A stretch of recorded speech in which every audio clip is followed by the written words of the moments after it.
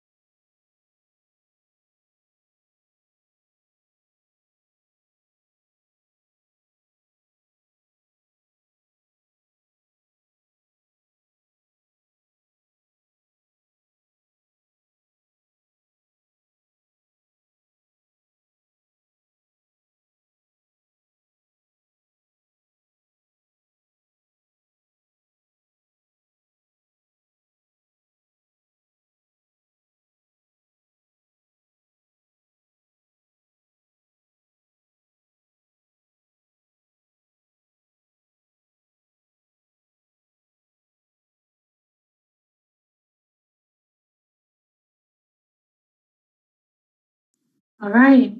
Thanks, everyone. It is 8:35, so we're going to go ahead and get started. Welcome to the weekly Cannabis Department meeting. It's April 1st today. I don't think I have any jokes for you, but that might be an April Fool's. So we'll see how it goes.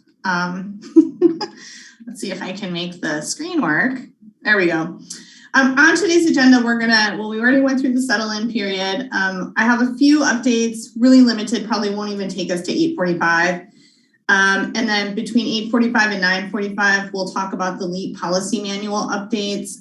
We're going to break public comment into two sections. So we'll talk about the direct grant changes, have some public comment, and then we'll talk about the updated waiver program, have some public comment. And then at 9:45, we'll hear public comment for future agenda items. And that will be our meeting today. Just a reminder for everyone who would like to participate in today's meeting, there's a multitude of ways you can do that. You can, at any time during the meeting, we've already got one person who's found the Q&A feature. You can use the Q&A chat feature. It is identified in your toolbar, generally either at the top of your screen or the bottom of your screen, and it has a little chat box. It says Q&A in it. And when you type in when you click that Q&A feature, that icon, it opens up a separate box for you to enter questions or comments into. Those questions or comments come directly to Nina and I, only presenters see them. So you can't necessarily chat amongst each other during the webinar. But please do feel free at any time to add your comment into that chat feature. For those of you who called in, you don't necessarily have that feature. Our apologies, but everyone who's on the Zoom platform does. For each public comment period, we will also take verbal comments. So in order to get into the queue or the line for verbal comments, we ask that you do raise your hand to do that. The raised hand feature is also in your toolbar at the top or the bottom of your screen. Just click the hand feature and it will raise your hand. If you click it again, it will lower it. If you're calling in from a phone, you can use *9 during the meeting to raise your hand. *9 will also lower your hand. So, and then to mute and unmute, we'll provide permission when we get into public comment for those who are up next to unmute. And then you may have to unmute either your Zoom app, which you can do so by hovering over the box that is your caller, right? So I'm on camera, so I can see myself. So if I just hover over my Zoom box where I can see myself, or if I were to hover over the Zoom box where I see my name, there is a mute and unmute feature in the upper right-hand corner that pops up. If you're calling in from a phone, *6 will unmute you. *6 will remute you. We'll remind folks about this, but I just want to make sure folks know as we get started that there will be time to participate in public comment and also just how they can get into the queue to do so. List of important dates. As many of you know, portal opened on the 28th. So we saw it open on Monday. It'll close on April 28th at 11:59 p.m. It is a 30-day portal period. We have public meetings every Friday this month. And so we've just got those listed here as a reminder. And then important probably for folks to know that April 19th is the last day that the DCC will be accepting public comments on the proposed or the draft permanent regulations that were released last month. So they will be having a public hearing that day during which you can provide your public comment, but you can also email public comments and snail mail public comments, whichever you prefer. For more information on any of the meetings listed here, including more information on how to engage in the Department of Cannabis Control, DCC's public meeting on April 19th, please do visit the 2022 Cannabis Department events page found on the Cannabis Program website. There's all of the access, login, for upcoming meetings is on that page, as well as the agendas for previous meetings, the videos for previous meetings, and the slides. So thanks to Nina for continually keeping us up to date on that page. We really appreciate it. It takes a whole team.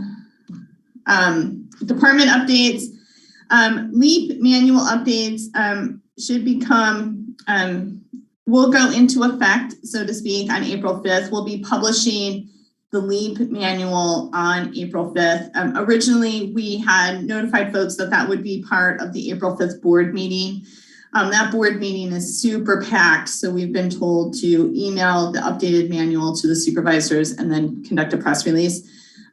We're also updating the cannabis equity page on the website, so I want folks to be aware of this. Because we'll update it in time for the new manual. So it's something that I'll be working on over the weekend is what it looks like, which is no big deal. But we are going to change that page from the Cannabis Equity Program page to the Cannabis Grants page. And we're going to put both equity information up there and local jurisdiction assistance grant program information up there. And we'll keep folks updated about how those programs will dovetail and still be independent. But we're going to transition the current equity page on the cannabis program site into a cannabis grant page where we can keep current grant related information available or make that available for the public. So some changes coming up there. Front counter hours, just a reminder that our front counter is now open Monday through Friday from 10 to 4. It's closed daily from noon to 1 for lunch. And so folks have been taking advantage of that. I hope it's really convenient and helpful for our applicants and the public to have those counter hours. Staff actually has been pretty jazzed to have counter hours and not have to deal with appointments. So thanks for bearing with us while we were closed, and we're really happy to be open. And the front counter, for all of you, we are located at 579 Low Gap Road. We're right in the county's administration complex. So when you enter off of Low Gap Road towards the flagpole and the big roundabout that's in front of the administration center, you just take a right when you come into the complex, and then we're the first building on the right, the first building with a row of parking spaces outside of it. And our name is on the building, on the glass beside the door. And it's the old, it's been quite a while, but it's the old probation building is now the cannabis building. So you can find us at 579 Low Gap Road. We are here 5 days a week. We did identify last week that we updated the fee sheet. There's now pre-application meetings listed on the fee sheet. Those meeting fees were put in place last July. They just somehow did not make it onto the fee sheet when we originally posted it. So that has been updated. And then as we speak, we are wrapping up the fillable application for the modification application that you all have very patiently been waiting for. Thank you for your patience. It will be posted today on the forms page by the close of business. And we'll also be putting up a modification page separately. So you'll have additional information on the modification page, and then the application itself will be on the forms page. So you'll be able to find all of that information by close of business today. I suspect it might even be up by noon, because right now, as we're hosting this meeting, staff is formatting the application to be a fillable PDF. And we've already written the modification page. It just needs review for typos, and then everything can be published. So today is the day we'll have that information available to you all. And again, thank you so much for being patient with us and getting it reviewed and getting it up, but today's the day on it. Okay, let's see. Next slide is right here. Okay, so proposed LEAP local equity entrepreneur program, otherwise known as LEAP, policy manual updates. These are a long time coming when it comes to the eligibility conversation. So the updated manual does remove the household income threshold requirements. It expands the direct grant program. It expands and creates a new kind of waiver program, and it increases award amounts. And then, as far as removing the household income threshold, on July 20th of 2021, the supervisors increased the threshold and from low and very low income, household income, to moderate income. This was still challenging for a lot of our applicants. And so on October 5th of 2021, the supervisors eliminated the household income threshold altogether. So you'll notice in the manual that we have just taken that out altogether. There's no more household income threshold. And many of you already know that, but this is just a reminder, so to speak. Direct grant updates. This, I think, is actually pretty exciting. I hope folks are excited about it. I'm certainly excited about it. We are increasing the direct grant award amount from $50,000 up to $80,000. We still have not heard back from County Council to confirm whether or not a grant award in excess of $50,000 will need to go to the Board of Supervisors for approval. So we still have a few implementation questions on that regard, or in that regard, and we'll keep you updated as we hear back. It is the intention of the department. We will definitely be allowing those who have been awarded a $50,000 grant in this round 1 and round 2 of funding, or a lesser grant amount, so to speak, to apply for a second grant. So that's going to be allowed no matter what. And this 2 grants, or the multiple grants combined, cannot exceed the $80,000, right? The increased grant award amount and the expanded criteria for grants, we do not intend to make these opportunities available to the public until September 1st of 2022.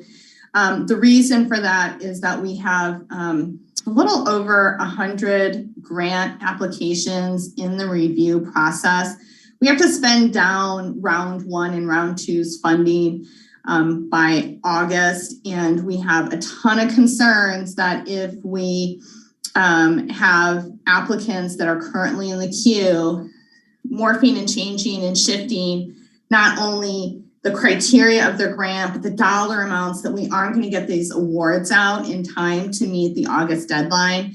So we really ask folks to be understanding in the fact that we don't feel it's feasible to implement the direct grant updates until September 1st. So please, you have your first grant applications in, you're working with underwriters, we're going through the approval process, working diligently with Elevate, who's just really championed this process for us and for the public. And then think about preparing your second grant application so you can submit it on September 1st. I also want to just make sure that it's clear that we are no longer accepting direct grant applications for round 1 and round 2 funding. With a little over 100 direct grant applications in the queue, we're going to have more than spent down what is in the round 1 and round 2 funding pool. If you are currently under review and we spend down the round 1 and round 2 funding pool before we can process your grant application that's currently under review, you'll roll over into the round 3 funding pool, so to speak. And then again, I just want folks to be aware, I don't know how that happened, that new applications will be accepted on September 1st for round 3 funding. And this is for direct grants specifically. Expanded direct grant criteria. We have expanded access to funding for water storage. The updated policy manual or program manual removes the requirement that water storage be specifically for irrigation during forbearance periods of surface water diversion required by state or local regulations. So water storage does not need to be specifically for forbearance. The remediation and relocation of cannabis cultivation sites have been expanded by removing the requirement that the sites be located within streamside management areas or setback areas. So that should allow folks a little more flexibility. We have the relocation, some of the sunset timelines coming to a close here in June. So folks who need to do relocation because of sunsets can use direct grant funds to conduct those relocations. Reducing reliance on diesel or gasoline generators by also providing funds to connect an off-grid cannabis business to the power grid. There was no allowance previously for connecting to the grid, so we did put that into the program update. And then added some additional language to clarify that employment skill training includes, but is not limited to, OSHA trainings, certification trainings, and job advancement trainings. Brand new criteria, we are in the updated manual expanding the grant criteria to allow grants for the purpose of paying for income taxes that are generated by receiving direct grant funds from the local equity entrepreneur program, the local jurisdiction assistance grant programs, direct grant program, and other grant programs as approved by the Cannabis Department, so long as those grant monies that the eligible applicant is receiving are specifically for their cannabis business. We can then review those direct grants that they might be receiving and then consider allowing them to use LEAP funding to offset the income taxes generated by receiving those funds. Also, direct grants, we've made it the language clear in the program manual that grants may be used for the purpose of paying state application and licensing fees, state application and permitting fees, and state reporting and filing fees. Also have made it clear that grants can be used for the purpose of paying startup and ongoing business expenses, including but not limited to rent, lease, utility bills, staff salaries and hourly rates for staff or employees, insurance, fixtures and equipment, furniture, capital improvements, legal assistance, bookkeeping, accounting, regulatory compliance, and the testing of legal cannabis. We've also expanded language to clarify that startup and ongoing expenses may be covered with direct grant funds when they're associated with marketing and branding, including but not limited to third-party certification programs, appellation of origin development and program management, and traditional marketing and branding programs.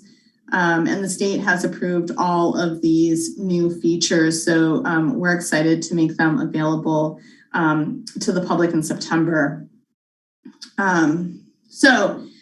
With the expanded direct grant implementation, we do have one really large outstanding question or area that we would really appreciate some feedback in, and that is in the income tax allowance implementation piece. We've been considering setting a maximum percentage of the overall grant award that can be allocated for income taxes. So what we're trying to do and want to ensure is that this is easily implementable without hopefully a lot of back and forth between underwriters, staff, and the applicant who wants to utilize this for income taxes. We do recognize that members, equity eligible applicants may have different taxation rates. So this is kind of our thought for streamlining it, but really your feedback is welcome and important. And then, so what we want to do here is pause and have some comments and discussion about the direct grant opportunities that are upcoming. And then we'll close this public comment feature before we go to the waiver discussion. So again, breaking it into sections a little bit today, and then you all don't have to listen to me for such a long period of time. We'll break it up a bit. So just a reminder, Q&A chat feature in your header or your footer of your screen, raise hand feature, also in that toolbar at the top or the bottom of your screen. And if you're calling in, you can raise your hand for verbal comment or to ask questions by using the *9 feature. And once we get to the point of providing an opportunity for you to speak, if you choose to make a verbal comment, you can mute and unmute by using *6 if you are calling in. And if you're on the Zoom platform, you can mute and unmute by looking at your identification box, using your cursor over your identification box, and it will give you a mute and unmute feature right there in your identification box. So with that said, I'm going to put the timer up. We have a couple hands raised, so we might as well go ahead and start with folks who have raised their hands. And then we'll mix in some questions that have come in through the Q&A feature to the best of our ability and get ourselves going here with some public comment. So our first commenter is going to be Michael Katz, followed by Julia Carrera, and then Paul Hansberry. So I'm going to go ahead and Michael, you should be able to unmute your device and start your comment. Hello, Kristen. Good morning. Yes, thanks for the meeting and really appreciate the conversation. I think on the face of it, the idea of increased grant amounts sounds good, but there are a couple of concerns that I think come along with that, especially understanding that there's no more direct grant applications going to be received. My concern is that folks who are not in this original now 100 or so applications that have been approved for direct grants, we've received nearly 200 applications, I believe, total for equity eligibility. That means there's about 100 people now who are being shut off from funding. And then in September, this is going to open back up in a situation where people who have already received funding are going to be able to reapply at the same time as people now who have not received any funding.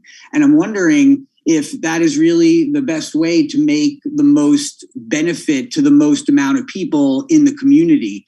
I'm further concerned by the fact that the revisions to the program are not being made available until September. The entire part of the intent of making these changes was to make them accessible to the folks who are already in the queue, have received funding, and to put that off until September, understanding the timeline challenges that have been had, it raises questions about how that will actually be implemented. Will it happen within this calendar year? And so I just wonder if there is actually a better way to work together to figure out how to actually get people who have applied already these benefits as part of their existing grant applications, so we can make sure that funds go to more people in the county who need it, as opposed to just continuing to put money into. All right, that was time. Thank you so much. And we are very much so open to suggestions. Our next speaker is going to be Julia Carrera, followed by Paul Hansberry, and then attendee identified as Crones of Anarchy. So Julia, you should be able to unmute your device and begin your comment.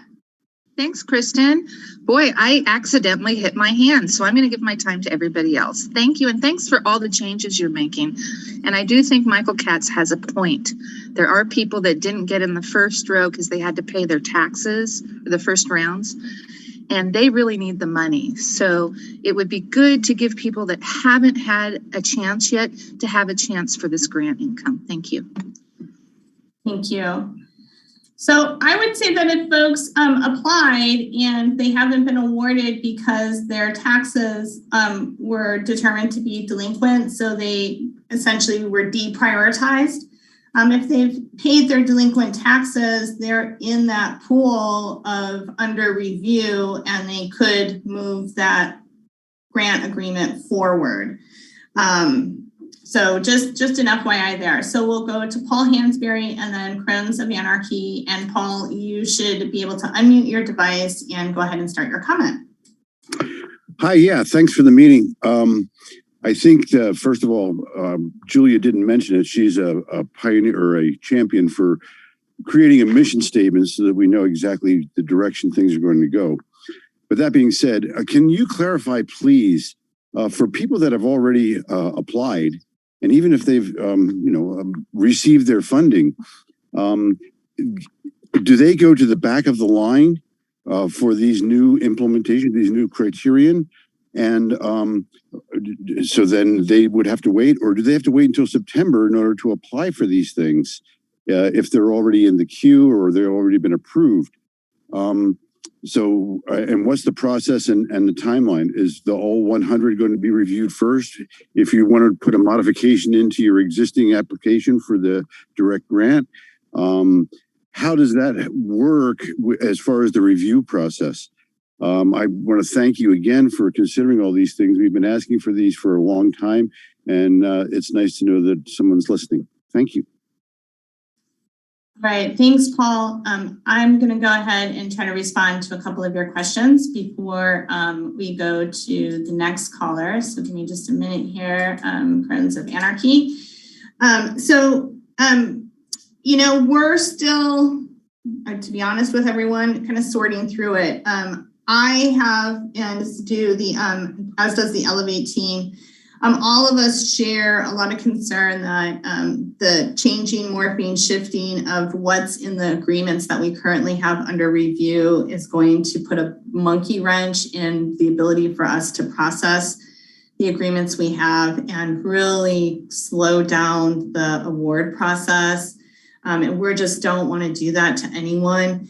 I don't currently have we don't currently have a pathway for modification of an existing agreement. It's still a conversation we're having with county council and haven't quite figured out what that would look like. But I do want to say this about it because I don't want folks to be alarmed that it's not in the program manual. It doesn't need to be in the program manual. It can be an internal policy that we can report back to eligible applicants, awarded applicants, and the public without having to codify it, so to speak, in the program manual. So it still is a conversation that's under development, but I don't have an answer for you today. I apologize for that. And as far as how the queue will work, what we want to do is I don't think there's anything that stops folks from submitting grant applications before September 2nd, but we will not be reviewing newly submitted grant applications for consideration in round 1 and round 2 funding, right? And the reason is we have so many that are in the queue. We need to wrap up what we have in the queue and make sure that we get the round 1 and round 2 funding allocated and distributed to eligible applicants. We do intend to and have every intention and every plan to continue to apply for repeated pools or rounds of equity grant funding. We are looking at this program as a direct grant opportunity the department would like to offer in perpetuity. So as long as the state has the equity program, and as long as they continue to award us, we look forward to continually having these, the direct grant, the waiver program, the technical assistance program be available to eligible applicants. But we will also, during our LEAP meeting, our monthly LEAP meeting is on April 20th this month. So that is Wednesday, April 20th from 3:30 to 5. At that time, we'll do our best to try to provide any additional updates, but we're also going to be offering some additional tips, hints, and suggestions for preparing your budget and your scope of work. And we'll probably be doing more of those workshops, to be honest with folks, because I think the best way to streamline the grant application process is to provide more information about what to put into that application so that it's easier and takes less time for underwriters and staff to review. So we are currently shaping all of those pieces. And we're trying to move forward as quickly as we can. But there is a heck of a lot going on, and we want to also get the LJAGP grant program up and running. So we need to be able to focus on that as well. It's crucial that we get that up and running ASAP. So with that said, I will pause. I'm going to go to Crones of Anarchy, followed by Hannah Nelson, and then we'll try to get a few of the questions that have come in through the chat answered. I am going to go ahead and allow the caller identified as Crones of Anarchy to start your comment, please. You should be able to unmute your device. Thank you. I have. Crones of Anarchy is a small business that I started just to help pull us over with the market crash and all. This is Heidi Wordhouse. And I'm calling in to ask, why are equity funds not being saved for equity applicants? I realize that there are people who were not involved in the war on drugs that need funding as well. But those of us who've been here for a decade or two, well, we may not be, some of us, very adept at filling out the forms and the statement of purposes or uses or what have you. It would be nice to know that equity applicants get first stab at the monies before they go to people who maybe don't qualify for equity purposes. And secondly, would it be possible with this next round of funding for an additional 30K added on to the original 50K to allow equity applicants a first touch on that, and then have the excess go to newer applicants, people who haven't been here as long, people who didn't have the helicopters coming in on them, people who didn't have Leos charging into their front door and getting shackled in front of their kids. I think it would probably go a long way to have that go to equity applicants. Thank you, and I'll release the rest of my time. Okay, thank you. So I just I want to clarify that this program, the LEAP program, those funds only go to equity applicants, and we can only provide them to equity applicants. So I apologize if I created some confusion.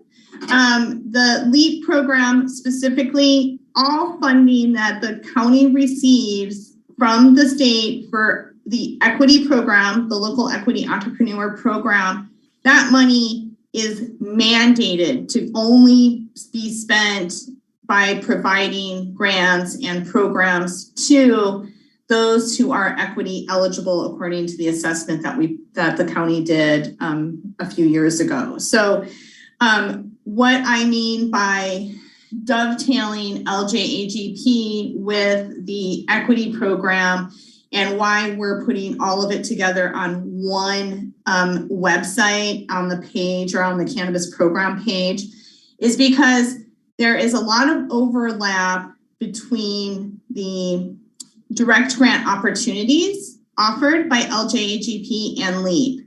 And as we're looking at opening the LJAGP funding period, right, we're looking at also having those LJAGP direct grant programs be a larger award amount of up to $100,000. So for example, if someone who's LEAP eligible takes a $100,000 LJAGP direct grant award from the county, they can come back and apply for LEAP funding to cover the income taxes generated by the LJAGP, right, award that they receive. But only equity eligible applicants can use the LEAP funding to pay income taxes associated with the LJAGP grant.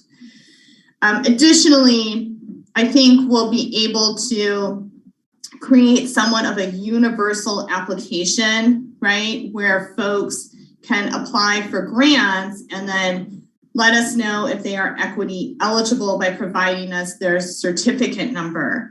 And then we can look at these pools of funding and we can make sure that we have,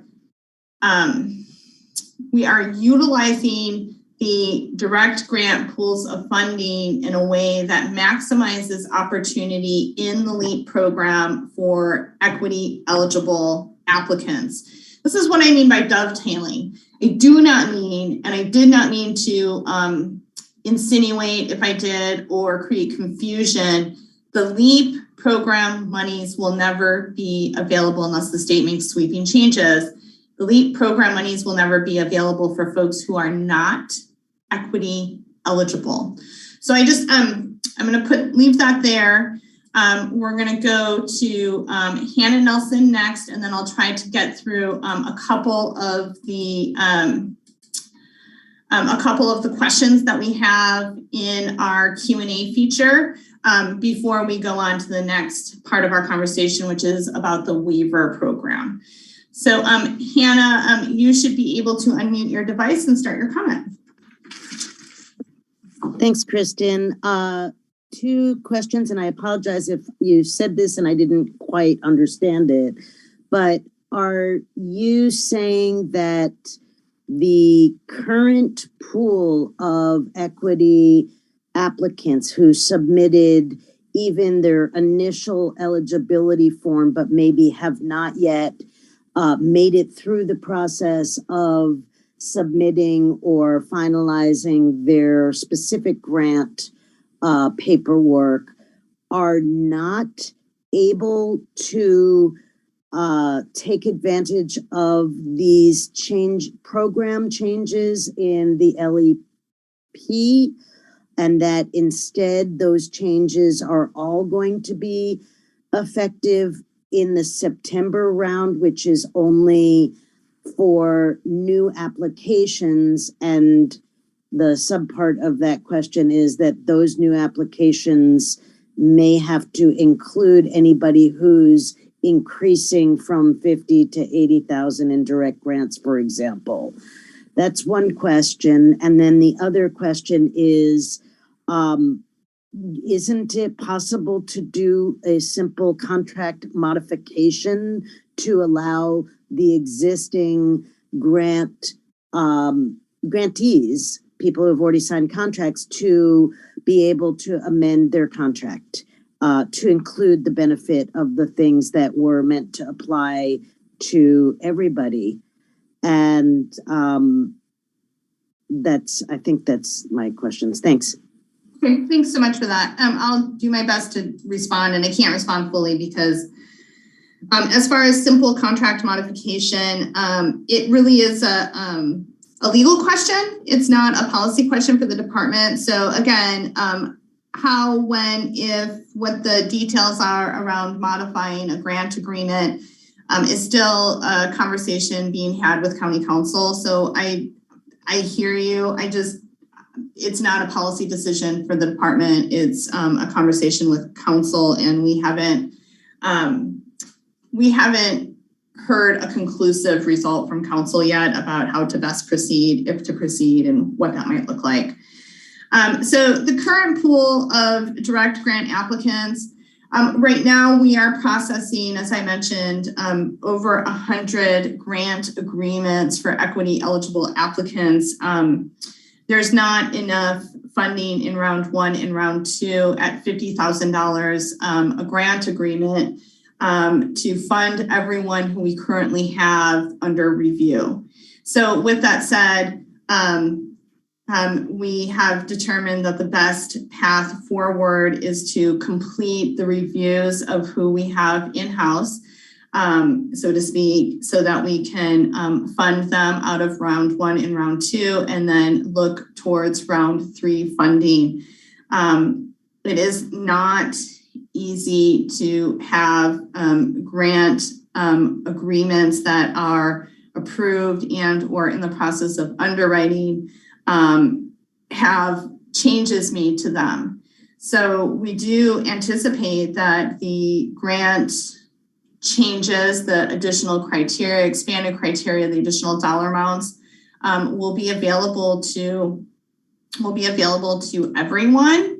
And we're not saying that we won't accept applications, but we will not be processing applications beyond what's currently in the processing queue. And so you can submit a round three application, but right now it will be slated for round three. And then we'll start reviewing those once we've awarded round one and round two. So I think I responded to your questions, but we're going to do a couple questions from the Q&A feature before we go to the next item. And I just want to make sure we have a robust amount of time to also talk about the waiver program. So a question about phase 3 on the website. We're getting ready to put up a new phase 3 application process or application page. We still don't have, the county has not seen the phase 3 language restored in MuniCode. We've been pressing on this, and I know emails and requests have been made to MuniCode to do those updates. Unfortunately, that has not happened, but you can look back. So if you go into MuniCode and you need to reference phase 3 information, you can, in the upper left-hand corner, you can look back at previous models. So you go to 10A17 in MuniCode. In the upper left-hand corner of your screen, you'll be able to look at historic documents from MuniCode. So I think it's like the September 2021 version is the one that was when the change happened. So you can look at the pre-September 2021 version and you can see all of the phase 3 information. And you can do the same thing in 20.242 to pop open the zoning table. My apologies. So that is there, but you have to go back in time by using the historical feature in the upper left-hand side of MuniCode. Let's see here. Do I have any other equity questions?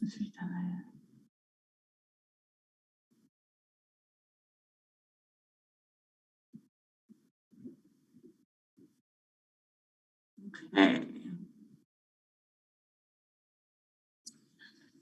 How many equity checks have been paid to applicants so far? I don't know the answer to that today, but we'll try to get some of that information together.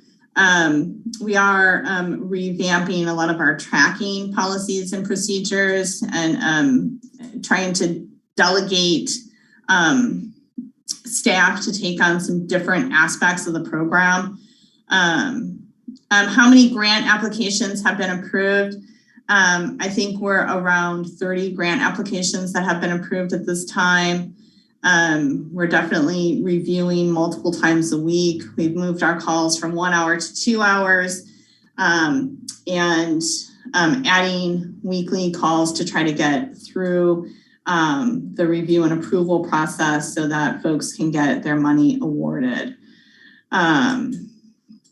Let's see here.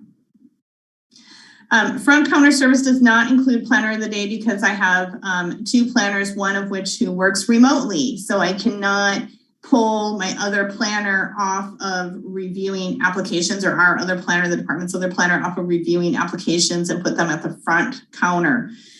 We are getting ready to staff up and have new staff coming on in mid-month, and we have a number of job offers out that we're waiting back on. We won't be putting planning staff at the counter until we have staffed up so that we can conduct reviews and serve the public with responding to planning specific questions.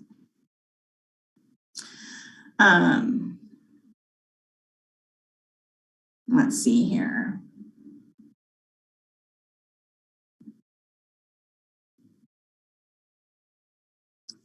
How do we make sure that these grants and income tax allowances go to those who most need it?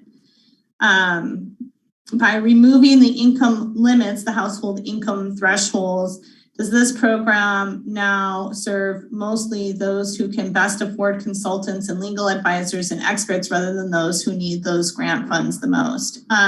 Well, the household income threshold was attached to the eligibility criteria previously.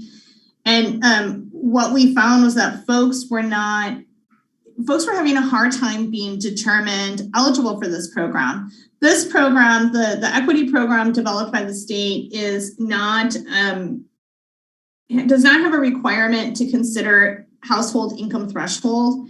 The program was developed to assist those who were most disproportionately impacted by the war on drugs. So the program is really looking at assisting folks who were impacted by the war on drugs. And so I do believe the program is doing that. It's assisting individuals who were impacted by the war on drugs. And so I think we are accomplishing that. Folks who were qualified under the income thresholds that were in place, well, they were the first to be determined eligible because they made it through at that time. They also have grant agreements. As far as I know, a lot of those early eligible folks are now have grant agreements either in process for round 1 and round 2 funding, where they've been approved and are awaiting checks. So I think we're getting to those folks. That's the intention. And I think there's a natural prioritization that has happened. Okay, let's do one more question and then go to the next round.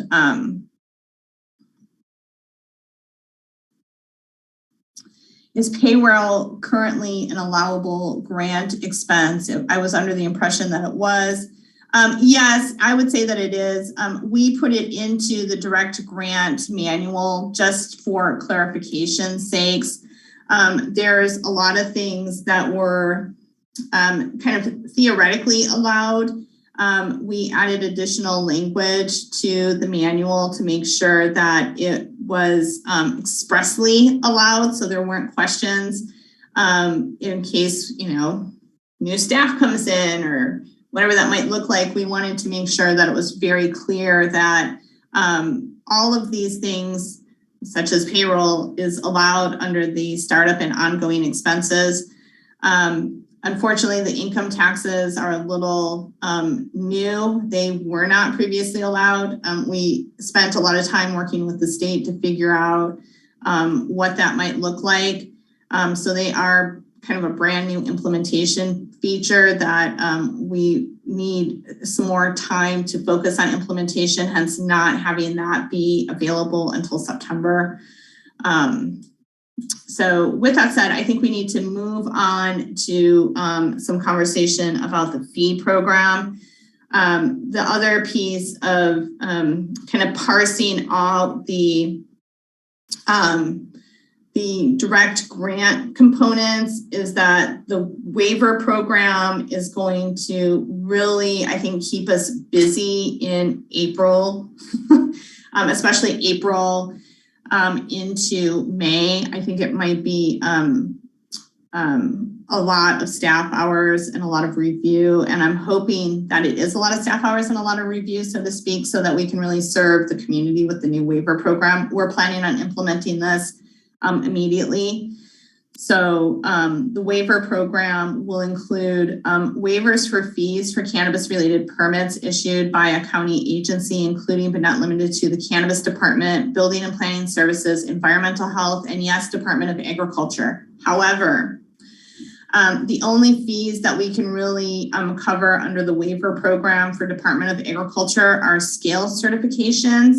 And the reason why is because scale certifications are a local program. Waymaster and the pesticide handler certificate program that folks have asked about on these calls, those are state programs. So we don't have the ability to internal transfer to cover those fees. And the waiver program is an internal transfer. We transfer your fee amount to the department where the fee was presented. So the only ability for us to transfer to Department of Agriculture is for scale certs. So that's the reason why we're only offering scale certs under the waiver program. But you could put those other expenses like your Waymaster expense into your direct grant program. It really is a mechanical issue, so to speak, where we don't have the mechanism to journal entry or direct transfer to the state. So Department of Ag has two different accounts, their local program accounts and then their state accounts. So scale certs are in the local accounts, which gives us that ability to do the transfer. So it's going to be scale certs only. But just so everyone knows, you can now work with the Cannabis Department to get a waiver for your scale certification with Department of Ag.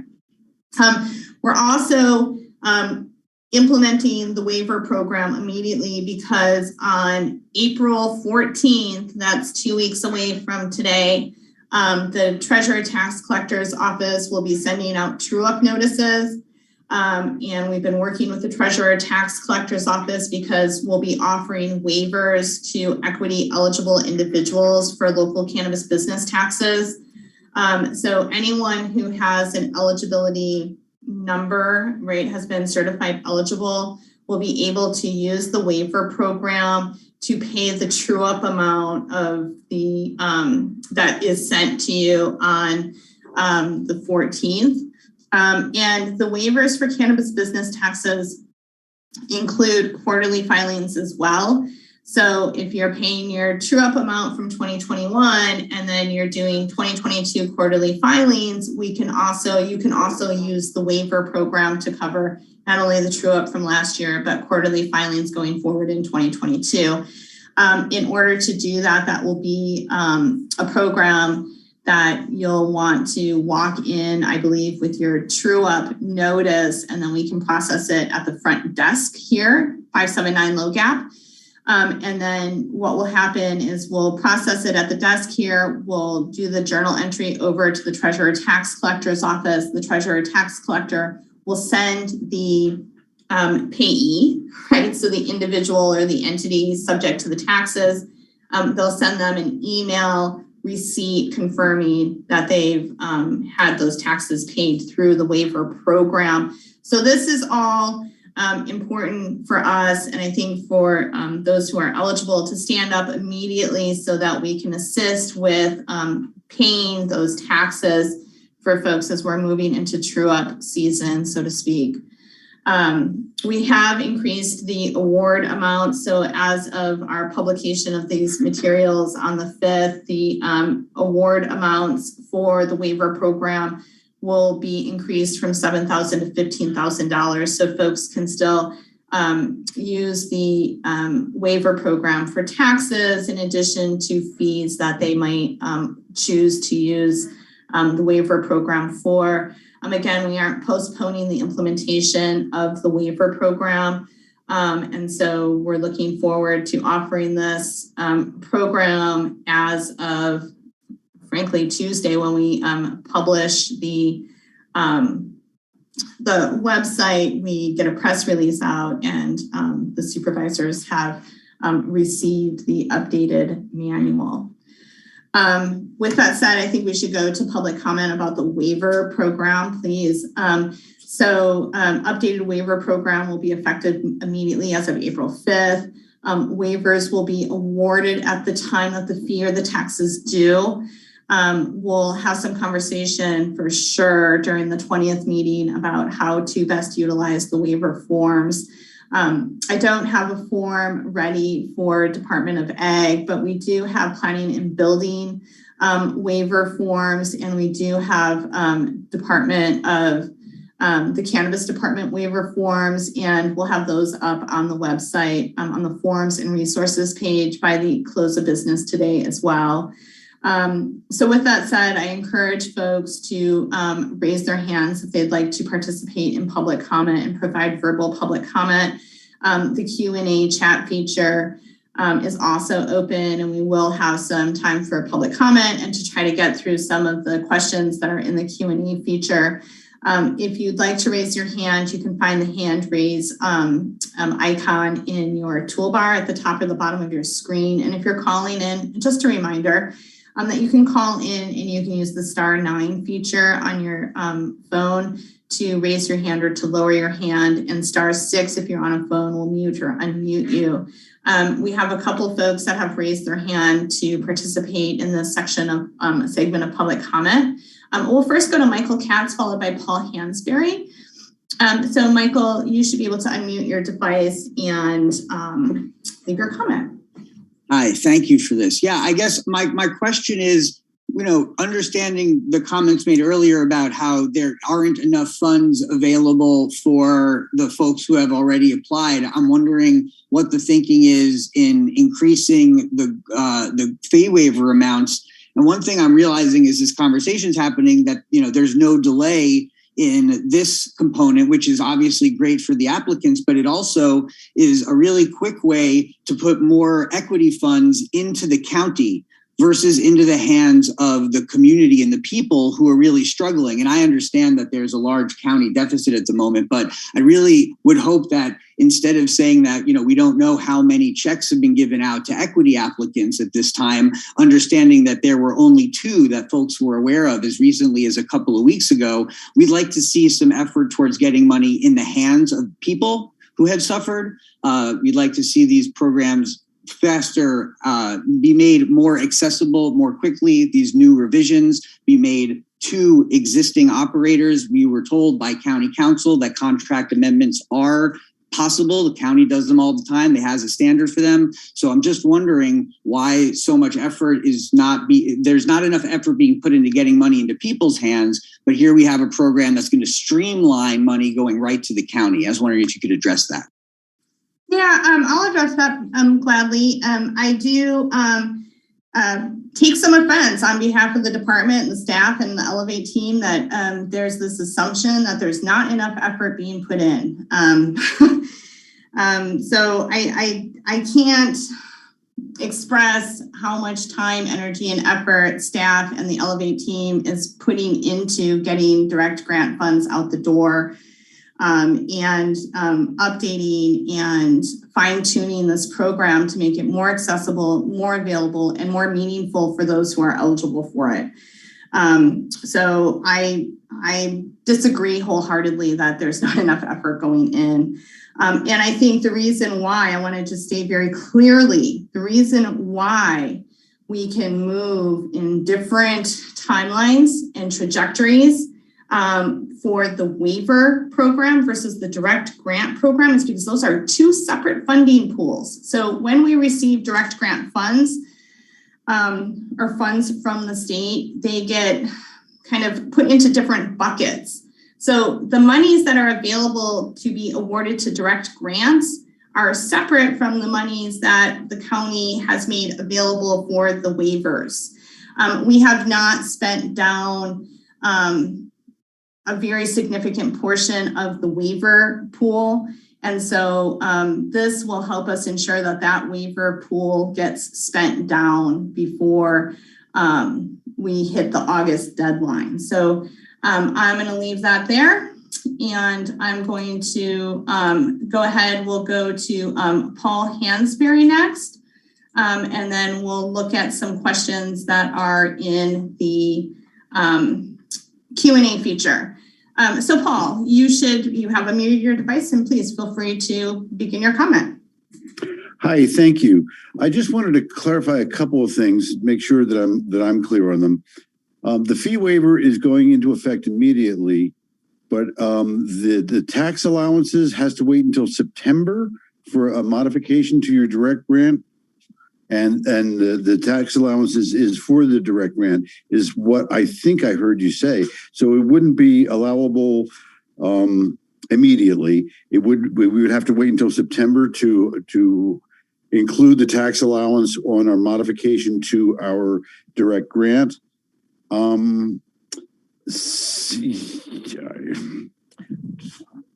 guess if you could respond to that, I'll first, I would appreciate it. So let's be clear. There are two tax programs the equity eligible applicants will be able to take advantage of.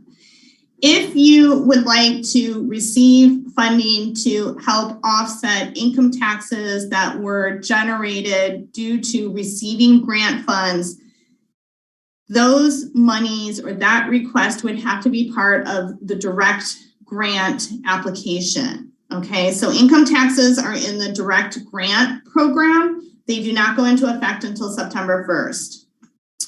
Cannabis business taxes can be paid via the waiver program, and those will implement on Tuesday the ability to pay cannabis business taxes through the waiver program. So two different tax opportunities. They are in different programs, so to speak, within the LEAP program itself.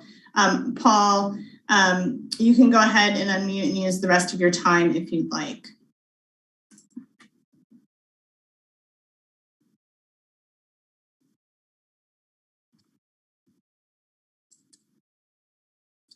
Paul, would you like to provide additional comment? You have 1:14 left. Yes, I'm sorry. I didn't know I had to unmute my phone again.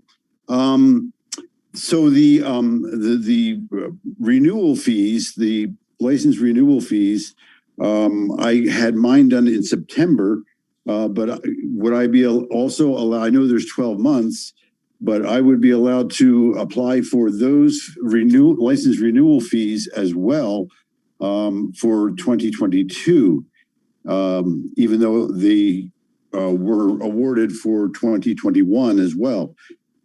Is that accurate? That is accurate. And you can continue. Eligible applicants, like equity eligible applicants, can use the waiver program as fees come up and are needing to be paid, so long as the cumulative amount of waivers provided by the department does not exceed $15,000. So Paul, if you had to do a modification in the next 2 months, you would be eligible for a fee waiver for that modification application, and we would just process it as you submitted that application. So for the process for the taxes, I just show them my eligibility number and then they would apply that to that, or do I have to go through a process of applying for it? You can bring it into the cannabis program. So when you get your true up, right? Yep. You'll be able to bring your true up and your eligibility number to the cannabis program desk, and we will process your cannabis business tax payment to the TTC, who then will email you a receipt of that payment. We're trying to keep it simple. All right. Yeah, I know that I haven't received a receipt from them yet, but I guess for the past one. But so I was unclear on exactly what the process is.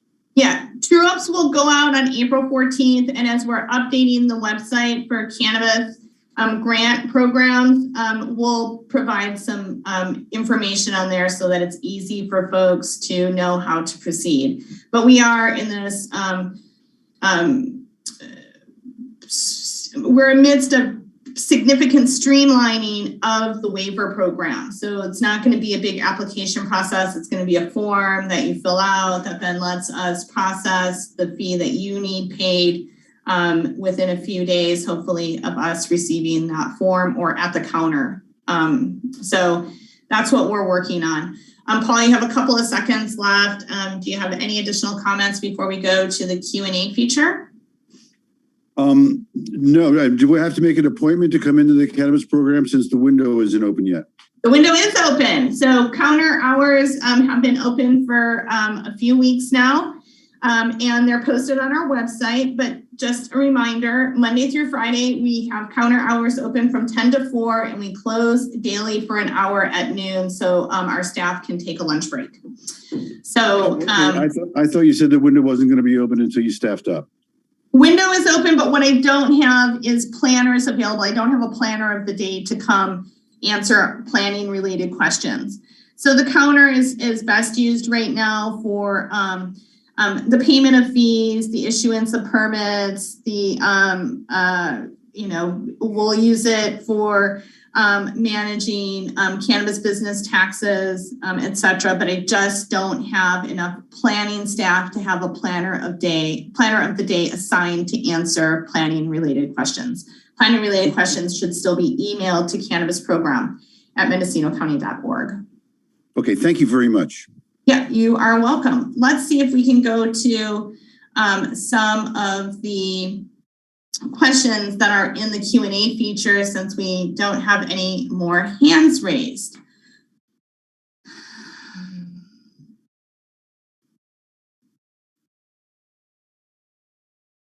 So a question about what happens if an applicant applied through the grant portal prior to November 30th and received an application number, but no one has contacted them. What is their standing? I'm not sure how to answer this question simply because I don't know what was applied for. If the question is in relationship to their eligibility or a grant application, I would suggest that more information be provided via email to cannabisprogram@mendocinocounty.org. We can then get those questions over to the Elevate team so that we can get a status update. But please do let us know what was applied through the grant portal, if it was a direct grant or if you're requesting status update on your eligibility. It would be super helpful to have some more information on that. I don't have the ability to even look that up right now. Question.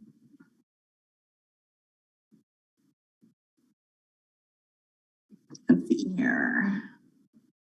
Lots of questions about the income taxes and why is there a reason to limit it?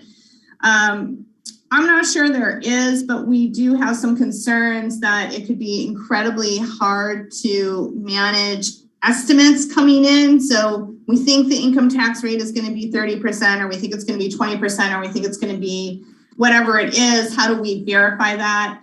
I think if folks have suggestions, right, part of postponing this implementation is trying to make sure that it gets off the ground in a smooth manner and that we're consistent with it. So if there are recommendations about how to implement the income tax opportunities, we would love to hear them. And you don't necessarily need to bring them forward during this meeting. You can email them to cannabisprogram@mendocinocounty.org. We're still doing some research on how to manage that implementation in a way that's going to be easy for everyone and not make it a really cumbersome process. So it's really our outstanding concern on it. The county has decided to leaf blow outside my window, so I apologize. There might be some background noise for a little while. Hopefully it doesn't last too long. Let's see. Can you schedule a meeting on 4/20 that will see? How can you schedule a meeting on 4/20 that will be happening at 4/20? Aren't we from the cannabis community? Well, I mean, the thing about 420 is 420 falls on our third Wednesday. It interrupts our meeting time. So I do want to say that the reason why we're doing the LEAP meeting on 420 is because we offer a monthly equity meeting. It's always the third Wednesday of the month, and it just happens to be that the third Wednesday in April is 420. So we're going to stick with it. I think it's pretty confusing for folks if we start shaking it up a bit, because we've been doing the monthly meetings since, I don't know, early fall of 2021. So we wanted to stay consistent with keeping those meetings the third Wednesday of every month from 3:30 to 5. So we're going for consistency. I apologize if it's inconvenient for your 420-ness. But you know, you can still celebrate enjoying the meeting, so to speak. It is your prerogative to do that. Do applicants who have been approved move to the back of the queue with their grant modifications? You know, I don't know the answer to that because we haven't sorted through what grant modifications look like. But I do appreciate the question coming up so that we can make sure that it remains part of the consideration.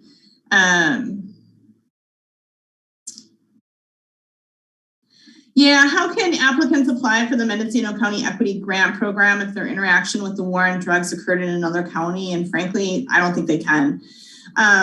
Each local jurisdiction has the opportunity to conduct an assessment about their local community, and in that assessment or during that assessment, identify their population, their local jurisdiction's population that may have been most disproportionately impacted by the war on drugs. So each jurisdiction sets up their own program if they choose to, and that assessment is what determines the criteria. And only folks that are within the unincorporated area of Mendocino County who have applications or businesses in the unincorporated area of Mendocino County are eligible, are equity eligible. So your impact would have to have occurred in Mendocino County. So our apologies there.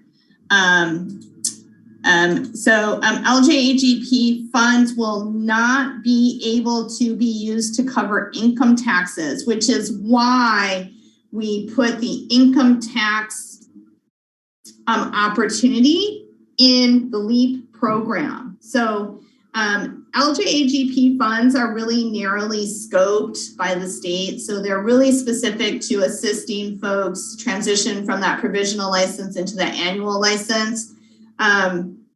So they cannot be used, those direct grant funds cannot be used to pay any portion of income taxes. However, if you are equity eligible and you receive a $100,000 LJAGP grant, you can apply to the LEAP for a LEAP grant to cover the income taxes associated with that LJAGP award.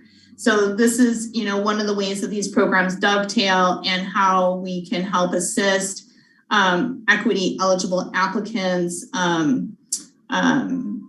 with both pools in a kind of a prioritized manner, so to speak. And I don't think I really have the right words there, but the state will not allow LJAGP direct grant funds to be used to cover taxes that were due to receiving those grant funds, but we can use equity funds to cover the taxes generated by LJAGP fund awards. Okay, I want to go to the caller who is patiently waiting, John Hockett, I believe. Hopefully I didn't mispronounce your last name, and if I did, I apologize. So we'll go to Mr. Hockett, and then we'll transition to a conversation about future agenda items. So John, you should be able to unmute your device and start your comment.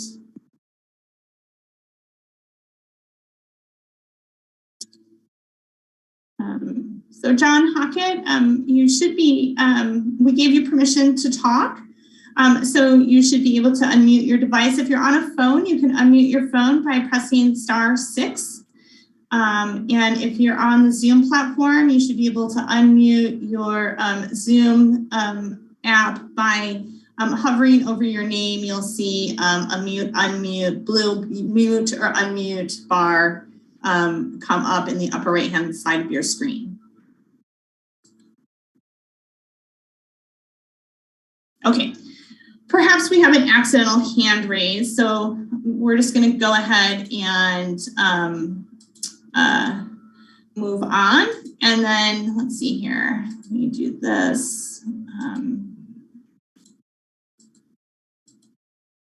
Okay, so we have a couple other folks who have raised their hands. I do want to move to the discussion about future agenda items and spend the last 10 minutes or so hearing suggestions. And I want to preface this conversation with the multitude, well, with this statement, which is we do acknowledge and appreciate the multitude of requests for regular CEQA meetings.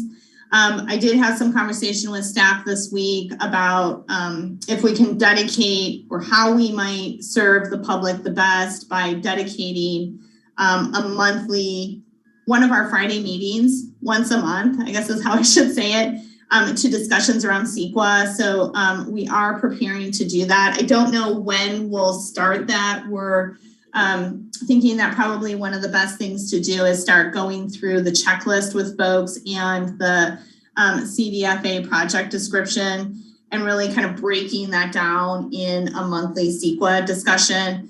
And so we'll keep you updated as to when we launch that, but we'll get at least one CEQA meeting in this month, and then we'll try to keep them regular. So if we do it the third Friday of this month, it'll probably be the third Friday of next month. But we haven't determined exactly what our timeline is and how we're going to keep a regular CEQA meeting, but we do recognize that it seems to be one of the biggest requests from folks that we get both in the Q&A feature, in emails, and we hear on these calls. So are getting ready to address that. So I wanted to just put that out there before we went to discussion about future agenda items. So and we're going to start with Hannah Nelson, followed by Julia Carrera. So Hannah, you should be able to, it looks like you have unmuted your device, so please begin your comment. Thank you. In prior meetings, I had requested if the department could gather up all the questions and answers and particularly address and post them for people on the website, and then particularly address the unanswered questions that were still lingering. And the last meeting, I suggested that if there's not sufficient staff to undertake that task right now, that at least those unanswered questions from prior meetings be addressed in future meetings, and perhaps dedicate a meeting to collecting up all of those unanswered questions and just going through them and answering them.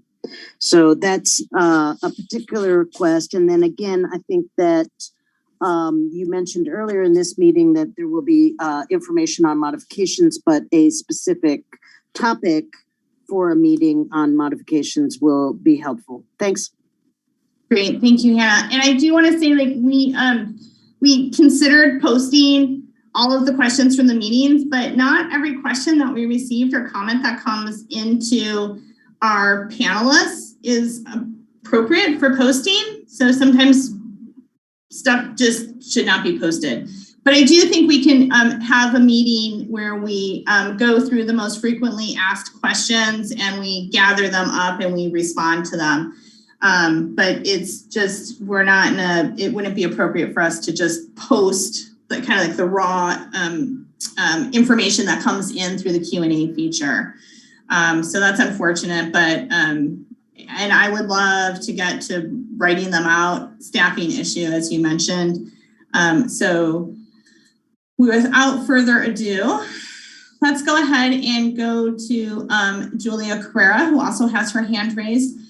Julia, you should be able to unmute your device, and I'll reset the timer and you can start your comment. Thanks, Kristen. First, thank you for doing a monthly CEQA meeting. That's fabulous. I really appreciate you hearing the public and accommodating that. So future agenda items, mission statement. I just want to point out that I am not aware of any department in the county that does not have a mission statement. And with all this staffing up, it seems quite appropriate to put a mission statement in place. There's been a mission statement that was implemented in 2017 that is a bit outdated. And I actually drafted a mission statement and put it on some Facebook pages and got thumbs up, and would be happy to help this understaffing situation forward that to you and help you get a mission statement in place. Mission statement. You need guidance. The department needs guidance. The county supports mission statements. Please adopt a mission statement. Thank you. Okay, great. Thank you so much. Folks, if you would like to provide verbal comment regarding future agenda items, now's your moment. Please feel free to raise your hand. I'm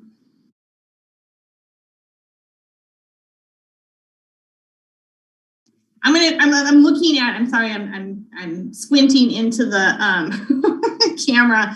I'm looking at the questions in the Q&A feature to see if we can answer a few more questions in the last few minutes, since it doesn't appear that we have suggestions for future agenda items. So I'm doing a little cleanup here.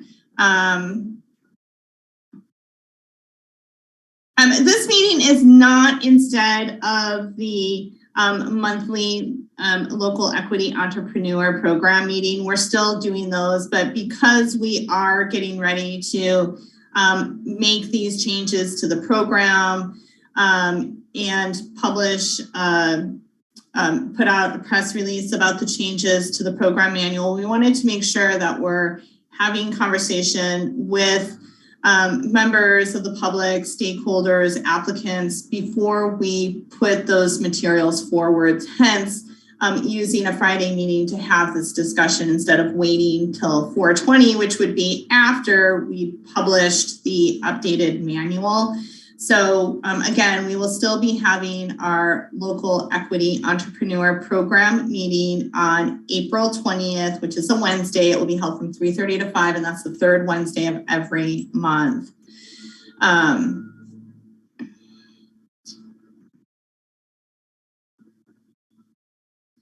Can we please have never applied before applicants who are paying their taxes to have the first 10 days of September first opening for them only, then after 10 days, open the September application period up for everyone?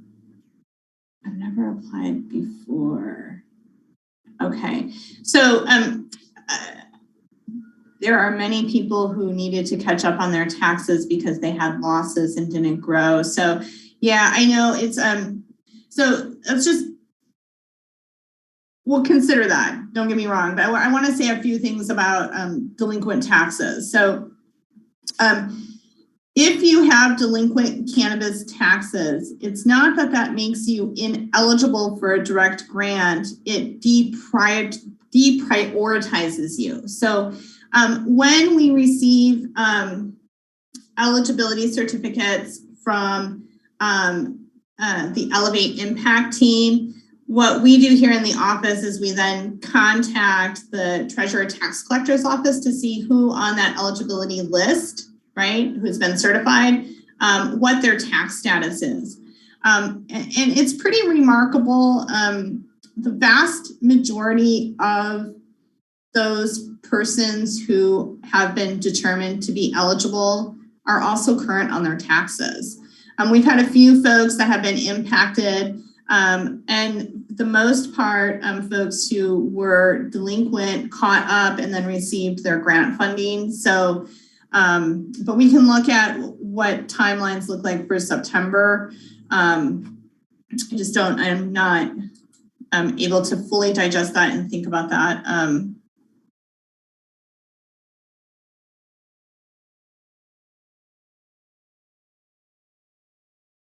If PG&E installation was included in a LEAP application that is in the queue with an approved budget for this round, will it still qualify for funding? I have not approved any budgets that include tying in a cannabis business to PG&E. So I don't believe that that's in any of the applications that we currently have. It's definitely not in any of the applications that have been brought forward to the department, and the department is who approves those grant applications for funding. All right, a request for QuickBooks training added to the technical professional grant options. I think that that could fit into the bookkeeping and accounting training piece. So that's a great suggestion. Thank you for that. We got 2 more minutes. Timeline for receiving a check after signing the documents. Boy, it can be 3 to 4 weeks, unfortunately. So we can only process what's called accounts payable batches once a week. So let me back up a minute here, and then we'll close with this comment, because I think this is a really important question, and it's hard to understand for everyone, including the department sometimes. So after the grant applicant signs the grant agreement, right? The grant agreement itself goes back into our contract tracking platform, which is called Cobblestone. And when it goes back into Cobblestone, it goes over to the it goes over to the auditor's office. And it can take the auditor some time before they wrap up the account development work that they need to do. And until they wrap up that account development work, we are not able to process an accounts payable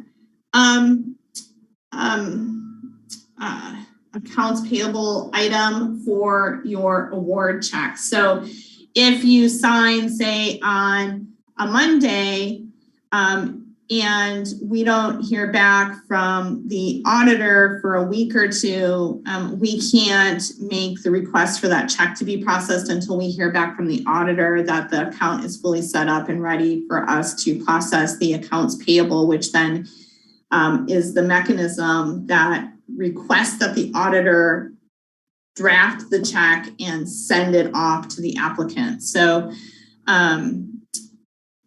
it can be 3 to 4 weeks. So with that said, it is 10 a.m. and we should go ahead and adjourn today's meeting.